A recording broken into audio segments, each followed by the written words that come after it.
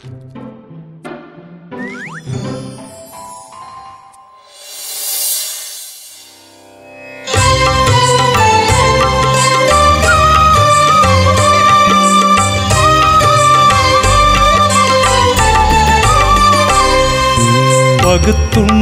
பல்லுயிர் ஓம்புதல் நூலோர் தொகுத்தவற்றுள் எல்லாம் தலை.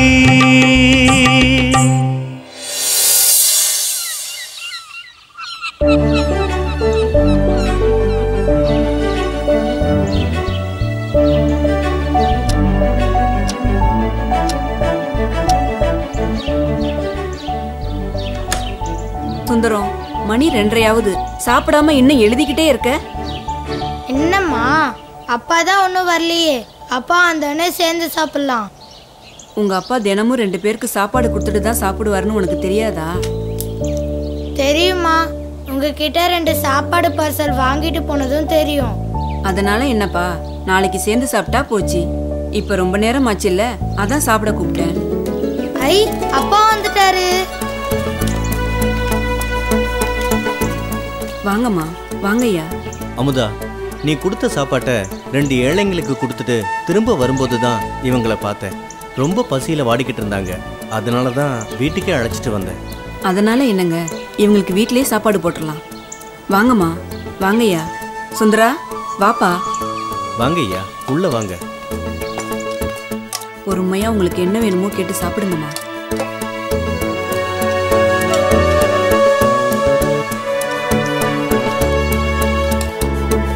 ஐயா, நாங்க வர்றீங்க.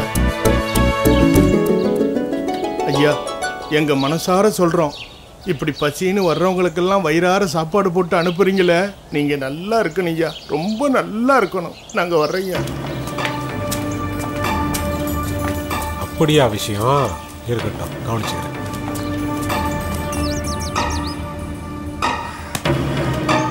ஐயா, நீங்க இப்படியே உட்காந்து இளநீர் மட்டும் குடிச்சுக்கிட்டு இருங்க.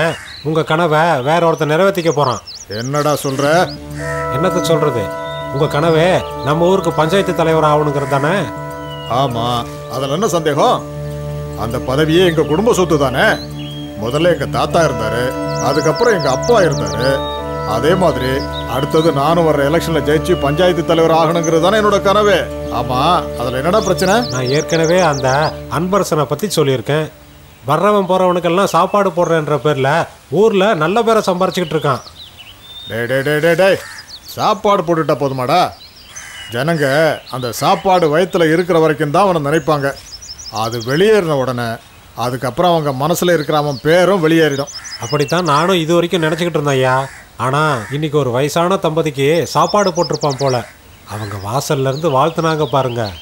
அதை கேட்கும்போது எனக்கு என்னவோ கடவுளே மாறு வேஷம் போட்டுட்டு வந்து வாழ்த்துன மாதிரி இருந்தது. அதான் சொல்றேன். டேய், நீ இப்ப சொல்றத கேட்கும்போது ஏதோ சீரியஸ் மேட்டர் போறதாண்டா இருக்கு. எதுக்கும் நாம அவனை 2 தட்டு தட்டி வச்சிடலாமா? அதைத்தான் நான் அப்ப இருந்தே சொல்றேன். இந்த தடவை நீங்க யாரும் என் கூட வர தேவையில்லை. நானே போய் அவனை என்ன செய்யறேன் பாருங்க. என்ன தலைவரே, நீங்க எதுக்கு களத்துல இறங்குறீங்க? இந்த சின்ன விஷயத்துக்குலாம் நீங்க போய் இறங்கணுமா? எல்லாத்தையும் வழக்கம் போல நாங்க பாத்துக்கிறோம். இல்லடா, எனக்கு சரிசமமா தலைவர் பதவிக்கு நிற்க போறேன்னு சொல்றான்ல, அவனை நான் ஒத்தைக்கு ஒத்த நின்று என்ன ஏதுன்னு ஒரு கை பார்த்துட்டு வரேன்டா.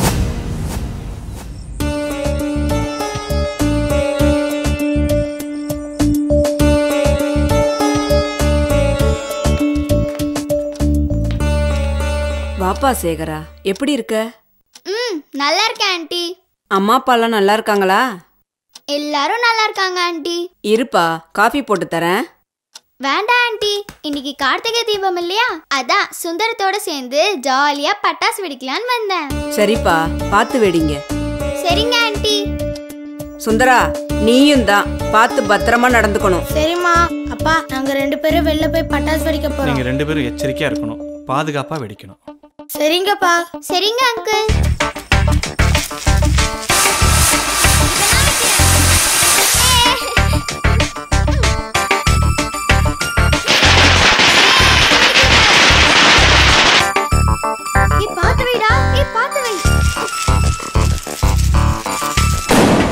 சுந்தரா, சரவெடிய தரையில கொளுத்தி போட்டு போர் அடிக்குதுடா.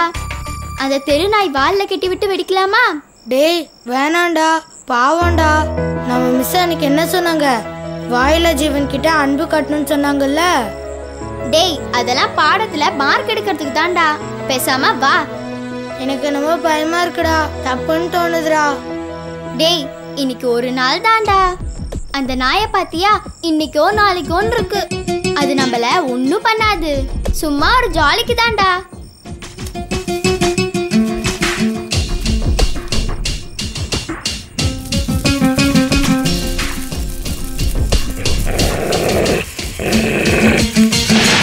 பாத்தியா எவ்வளவு ஜாலியா இருக்குல்ல?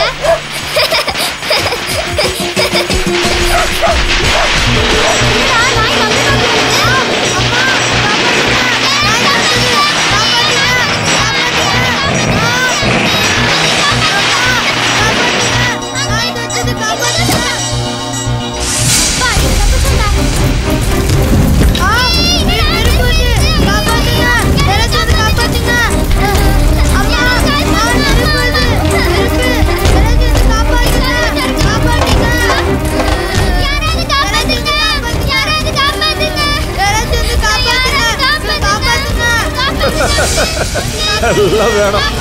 நாமளே அவனை அடிச்சு துவம்சம் பண்ணலான்னு பார்த்தா அவன் பையனே நெருப்புல மாட்டிக்கிட்டான். ஐயோ ஐயோ, இது என் புள்ள சேகரனாச்சா?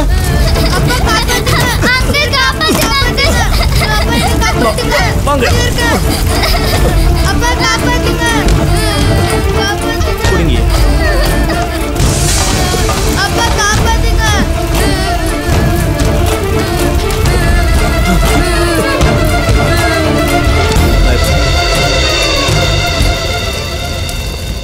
அன்பரசு, ரொம்ப நன்றிப்பா. ஆபத்து நேரத்துல என்ன பண்றதுன்னு தெரியாம நான் தவிச்சு போயிட்டேன். அதெல்லாம் ஒன்றும் இல்லை ஜம்புலிங்கம். நம்மளை விட நம்ம பசங்க உசுறு தான் முக்கியம்னு பட்டுச்சுன்னா எல்லா தைரியமும் தானா வந்துடும். அதுக்கு இல்லப்பா, சேகரனை கொண்டு வந்து விட்டுட்டு மறுபடியும் நெருப்புக்குள்ள போன நீ வெளியே வர தாமதமான உடனே நான் ரொம்ப பயந்து போயிட்டேன்.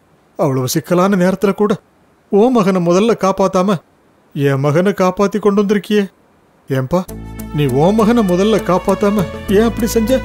ஜம்புலிங்கம், ஒருவேளை நான் ஆபத்து நேரத்துல என் பையனை மனசுல நினைச்சு நான் அவனை போய் முதல்ல காப்பாத்திட்டு உன் பையனை போய் மறுபடியும் காப்பாற்ற முடியலன்னா ஊர் என்ன பேசும்?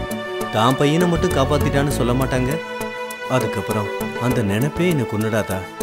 ஆனா உன் மகன் பொழைச்சி என் மகன் போயிருந்தா கூட நான் அதை பத்தி கவலைப்பட மாட்டேன். ஏன்னா நியாயப்படி தர்மப்படி என் வீடை தேடி வந்தவங்களை காப்பாத்துறது தானே என் கடமை. அதனால எது நடக்கணுமோ அது நடந்திருக்குன்னு என் மனசை தேத்திக்குவேன். அப்பா என்னையும் மன்னிச்சிடுங்கப்பா. நீங்க சொன்ன மாதிரி பட்டாசை பாதுகாப்பா வெடிக்கலப்பா. அங்கிள் என்னையும் மன்னிச்சிடுங்க. சுந்தரா மேல எந்த தப்பும் இல்ல, நான் தான் எல்லாத்துக்கும் காரணம். செய்த தப்ப உணர்ந்துட்டா அதுவே தண்டனை அனுபவிச்சதுக்கு சமம். அதுவும் இல்லாம நீங்க செஞ்ச தப்புக்கு உடனே தண்டனை அனுபவிச்சு அதுல இருந்து மீண்டும் வந்துட்டீங்க.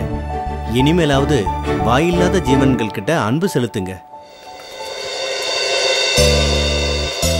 இந்த உத்தமனை போய் அடியாளுங்க பேச்ச கேட்டு தப்பா நினைச்சிட்டோமே.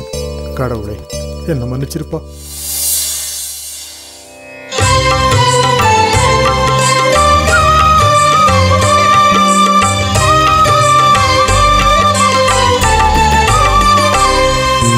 பகுத்துண்டு பல்லுயிர் ஓம்புதல் நூலோர் தொகுத்தவற்றுள் எல்லாம் தலை. பகுத்துண்டு பல்லுயிர் ஓம்புதல் நூலோர் தொகுத்தவற்றுள் எல்லாம் தலை. பகுத்துக் கொடுத்து தானும் உண்டு பல உயிர்களையும் காப்பாற்றுதல் நூலோர் தொகுத்த அறங்கள் அனைத்திலும் தலையான அறமாகும். வாவ் சூப்பர்ல. எங்க சேனலை சப்ஸ்கிரைப் பண்ணதுக்கு ரொம்ப தேங்க்ஸ். சப்ஸ்கிரைப் பண்ணாதவங்க உடனே சப்ஸ்கிரைப் பண்ணுங்க. உங்களுக்கு இந்த வீடியோ பிடிச்சிருந்ததுன்னா லைக் பண்ணுங்க, கமெண்ட் பண்ணுங்க, ஷேர் பண்ணுங்க. Bye cities.